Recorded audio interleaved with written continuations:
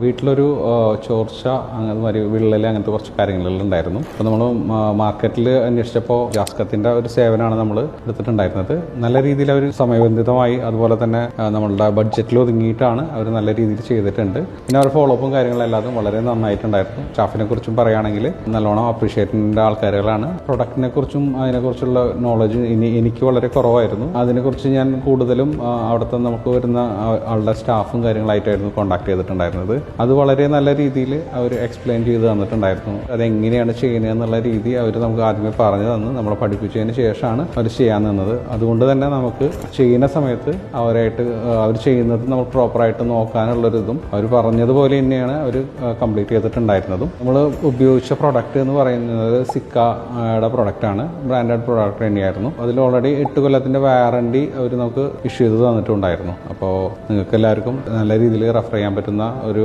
കമ്പനിയാണ് ജാസ്കം.